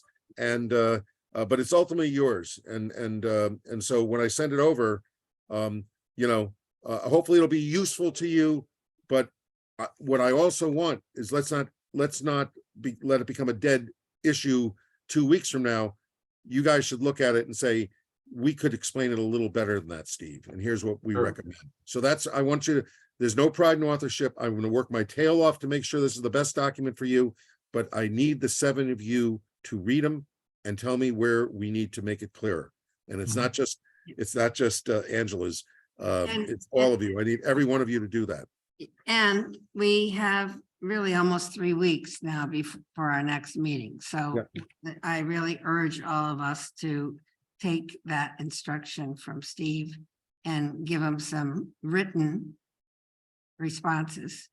And I will send you, as soon as I go through Brian Candela's comments, I will send you the updated document. I'm not going to sit here and wait 3 weeks to send it to you. If I have it in a week, I'm sending it to you. Good. And I urge you to start looking at it. It won't be for formal action, but then if you have comments, give them to me. just give them to me. Just send me an email. Do whatever you think is effective. If you want to mark it up, if you want to make your changes, and you don't even have to redline it. If you make the changes in Word, I'll do a red line to your document to see what you've done. Please feel free. This is your package, and it's ultimately a package that needs to be readable for the council and the people, ultimately. Right. It's also our responsibility, which we volunteered for, I guess. But sincerely, we need to get some of these things fine tuned so we can move it along. Yep. Any other That's all I have. comments? Okay, anybody else? All right, Good meeting. Okay. Steve, Good- thanks for very getting good it put meeting. together. That, Steve, it was Right. incredibly Yeah. helpful having those people there. Absolutely. Helped, Yeah. Good, I'm glad. how you If think we need about to do it in any other area, just let me know, and I'm happy to do it. I do have a question. oh, okay, great. I just, Michael, I didn't hear from you. I don't think we heard from you what you thought about in terms of 4 or 2 years. Oh, I said I was in favor of 4 years for the Yeah, mayor, for the council. Okay. I had Michael's vote. I didn't hear it. I'm sorry. I That's didn't. okay. That's okay. Okay, well, that's important that you ask. I appreciate Yes. that. So a motion to adjourn is in order. I'll move. Okay, second. Second. All those in Second. favor? Aye. You can go Aye. home and watch the girls' basketball game, the last 6 All right, minutes. Rick, I'll let you know about my lecture tomorrow night. Patsy, Take care. You're making Patsy, me did you jealous, get my- Steve. did you get You got my me email I sent jealous, you? Steve. See you later. I'm listening to your song tomorrow morning. Okay, please. Yeah, the man with 3 names. Yeah. That's right. All right.